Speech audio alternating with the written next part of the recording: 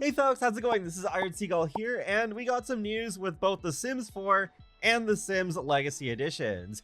Starting with The Sims 4, here's something I didn't expect to happen.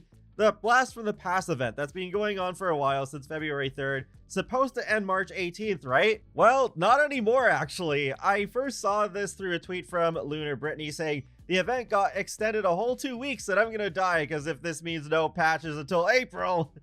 Yeah, so there's a screenshot of the in-game menu with the news section. It didn't appear in my game yet for some reason, but there we go. Blast from the Past. Event extended until April 1st. Claim your rewards. I was still able to see in the events tab that the event ends in 16 days and 23 hours at the time of recording this. So March 18th is a lot closer than that. Time goes by way too fast. But that does also line up with April 1st. Interesting that they've done this. I wonder why. I haven't seen any official announcement on social media about it, and it is the weekend, so I wonder if they'll just wait until Monday or Tuesday to talk about that. I don't think the event extension necessarily means that we cannot get any more patches during the month of March. I mean, we're not going to get those kits until April anyways, so if we weren't going to get any more patches this month, it wasn't going to happen either way. But if they really want to put out more bug fixes between now and April 1st, I think they can still do that. It's just that it's not going to remove the event. And for those of us who have already completed the event, then we're going to have to deal with that annoying UI in the top left corner for a while longer. I wonder why they chose to extend this though. Were that many people annoyed by the child distortion bug that there was a noticeable drop in event engagement before they put out the patch? Because actually with me, yeah, I did play through about like halfway through week 2 just before the patch came out that introduced that bug, and then I stopped playing because of that.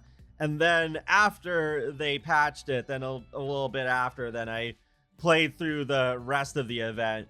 Although I think what's actually far more likely is that the release of businesses and hobbies reduced the engagement of the event because more people would be interested in playing with the new gameplay with a whole expansion pack than going through the event. I'm not really sure how many people have completed Blast from the Past before that patch came out that introduced the child distortion bug. Maybe it wasn't that many.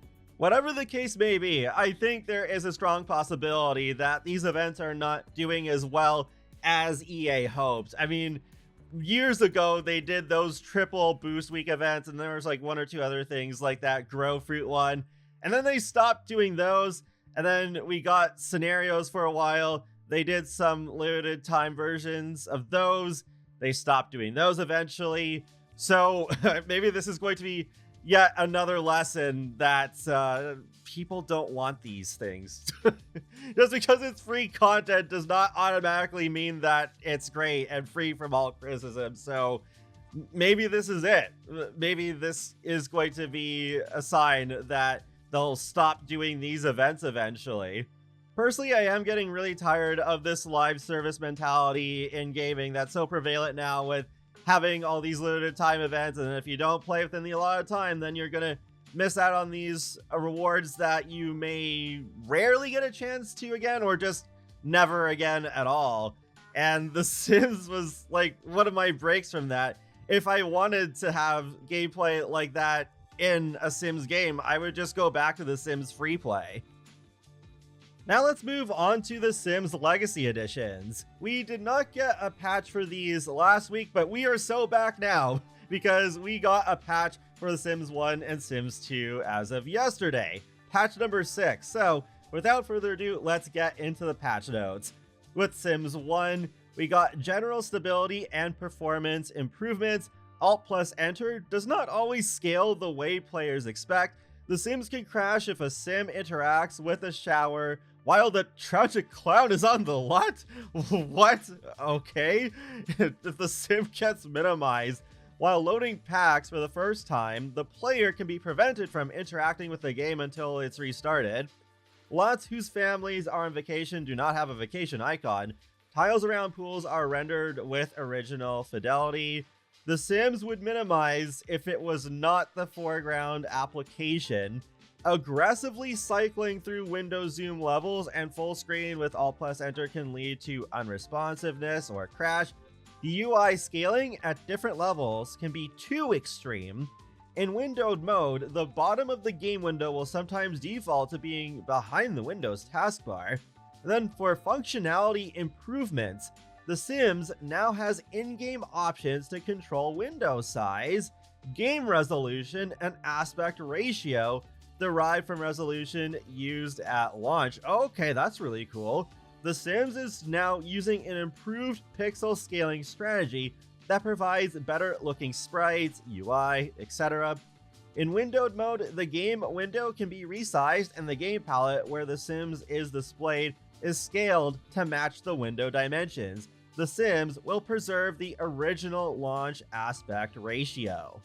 I did quickly test out the resolution options, so you have to load into a lot first, then go into the options menu from there, and then if you go into graphics options, there's now these options for monitor and resolution. I was a little confused at first, but you have to exit and relaunch the game in order for your changed option to apply. Now moving on to The Sims 2 fixes, general stability and performance improvements.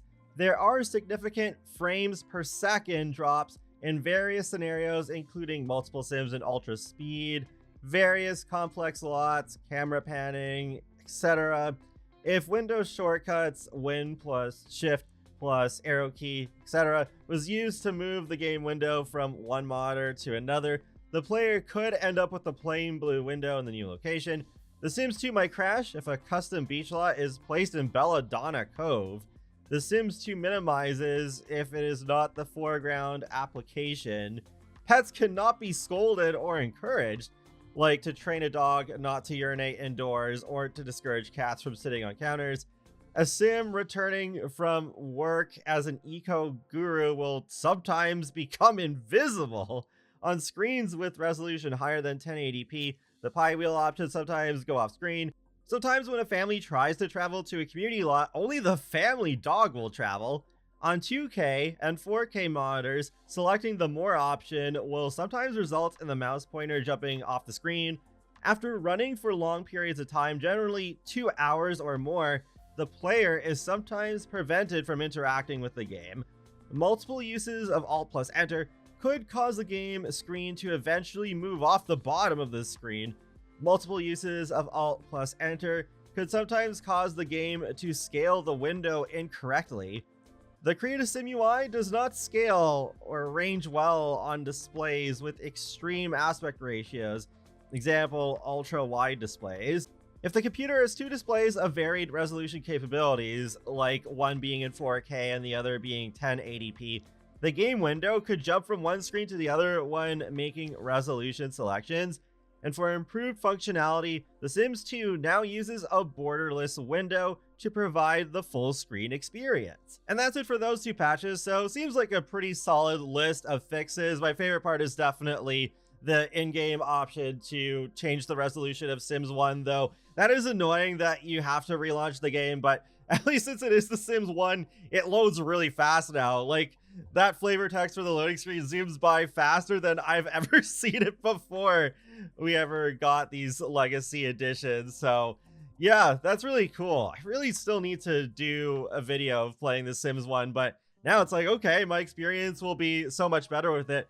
I've already started downloading some custom content for it because thankfully custom content still works. So I even downloaded like a laundry set from around The Sims. It's not functional, but it's still kind of cool. And that wraps up another Sims Info Thoughts video, so feel free to let me know your thoughts on the event extension as well as the patches in the comment section below, and be sure to subscribe if you'd like to keep up with my latest gaming content. I will talk to you all later, and have a great day. Thanks for watching.